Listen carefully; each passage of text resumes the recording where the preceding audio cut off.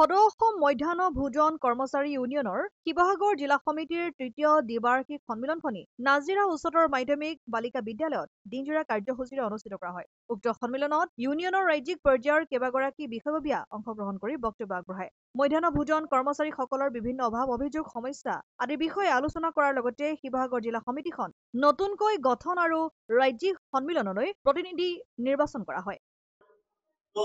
আমাৰ সংগঠনৰ সংবিধান অনুযায়ী আমি একেবাৰে তলৰ পৰা অৰ্থাৎ শাখা পৰ্যায়ৰ পৰা অৰ্থাৎ পঞ্চায়তৰ পৰা একেবাৰে কেন্দ্ৰীয় পৰ্যায়লৈ অৰ্থাৎ শাখা সন্মিলন, তাৰপাছতে শিক্ষাখণ্ড সন্মিলন, তাৰপাছতে জিলা সন্মিলন আৰু আমাৰ ৰাজ্যিক সন্মিলন হ'ব অহা 13 আৰু 14 ছেপ্টেম্বৰত গোলাঘাটত। এই সন্মিলনৰ জিলাই এইবোৰ সন্মিলন হৈ আছে আৰু প্ৰতিটো পৰ্যায়ে আমি অতিক্ৰম কৰি গৈ আছো। আৰু আজি এই শিৱসাগৰ জিলা সন্মিলনো ইয়াৰে এটা অংগ। গতিকে এই জিলা সন্মিলনত আমি আমাৰ যিবোৰ নিয়ম সেই নিয়মবোৰ পালন কৰি আমি পতাকা উত্তোলন, শ্বহীদ স্মৃতিত মাল্যদান, তাৰ পাছতে আমি মূল সন্মিলন আমি কাম কৰিলোঁ। আৰু এই সন্মিলনত প্ৰতিবেদন উত্থাপন কৰিলে সম্পাদিকা প্ৰণামী গগৈয়ে, আৰু তাৰে ওপৰত আলোচনা কৰিলে কেইগৰাকীয়ে 7গৰাকীয়ে আলোচনা কৰিলে।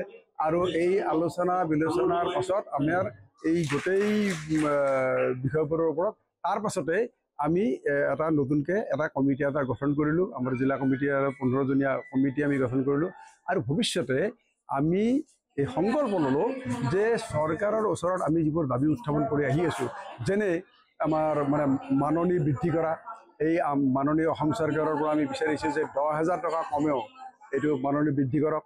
তাৰ পাছতে আমি দাবী কৰিছোঁ যে যিবোৰ ৰন্ধন কৰ্মীৰ কাম গৈ আছে বিভিন্ন কাৰণত, বিশেষভাৱে যে স্কুলবোৰ একত্ৰীকৰণৰ ফলস্বৰূপে যিসকল ৰন্ধন কৰ্মীৰ কাম হেৰুৱাই আছে সেইসকলক 3 লাখ টকাকৈ এককালীন সাহায্য দিয়ক, 12 মাহৰ কাৰণে মাননি দিয়ক, আমাৰ 10 মাহৰ কাৰণে মাননি দিয়ে আমাৰ ৰন্ধন কৰ্মীক।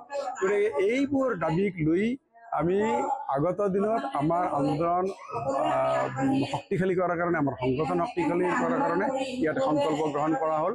এইখিনিয়ে আমাৰ আজিৰ সন্মিলনৰ জিলা পৰ্যায়ৰ সন্মিলনবোৰৰ আমাৰ এই ধৰণে আমাৰ কামবোৰ আমাৰ আগবাঢ়ি আছে।